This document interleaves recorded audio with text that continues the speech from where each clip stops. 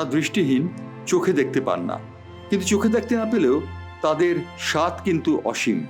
আর সেই স্বাদ থেকেই তারা পুনেতে 16ই অক্টোবর থেকে যে দৃষ্টিহীনদের জাতীয় ফুটবল প্রতিযোগিতা হবে সেই প্রতিযোগিতায় যোগ দেওয়ার জন্যে তারা চেষ্টা করছেন।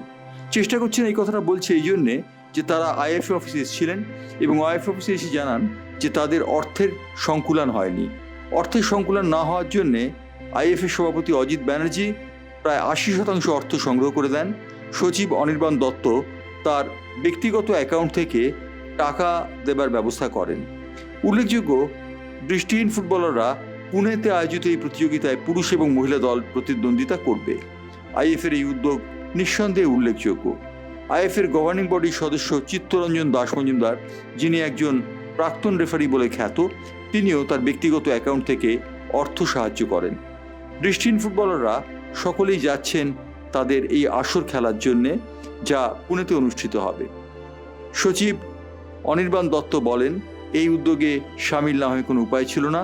আইএফের নিয়মনীতি মেনে যদি চলতাম তাহলে ব্যক্তিগত অ্যাকাউন্ট থেকে টাকা দেওয়ার ব্যবস্থা আসতো না, কিন্তু আইএফের নিয়মনীতি মেনে চললে বিষয়টি অনেক বেশি বিলম্বিত হয়ে যেত। অজিত ব্যানার্জি অর্থাৎ আইএফের সভাপতি, তিনি বলেন যে তিনি এতটাই অভিভূত ব্লাইন্ড খেলোয়াড়দের এই উদ্যোগ দেখে যে তার মনে হয়েছিল টাকার অভাবে এরা খেলতে যেতে পারবে না, সেই জায়গা থেকে তাদের সাহায্য করা প্রয়োজন। উল্লেখযোগ্য যে ব্লাইন্ড খেলোয়াড়রা পুনের উদ্দেশ্যে রওনা হয়ে যাচ্ছেন কয়েকদিনের মধ্যেই। 16ই অক্টোবর পুরুষ এবং মহিলা দলটি পুনের ব্লাইন্ডদের জাতীয় ফুটবলে অংশ নেবে। ব্যুরো রিপোর্ট, বাংলার পালস টিভি।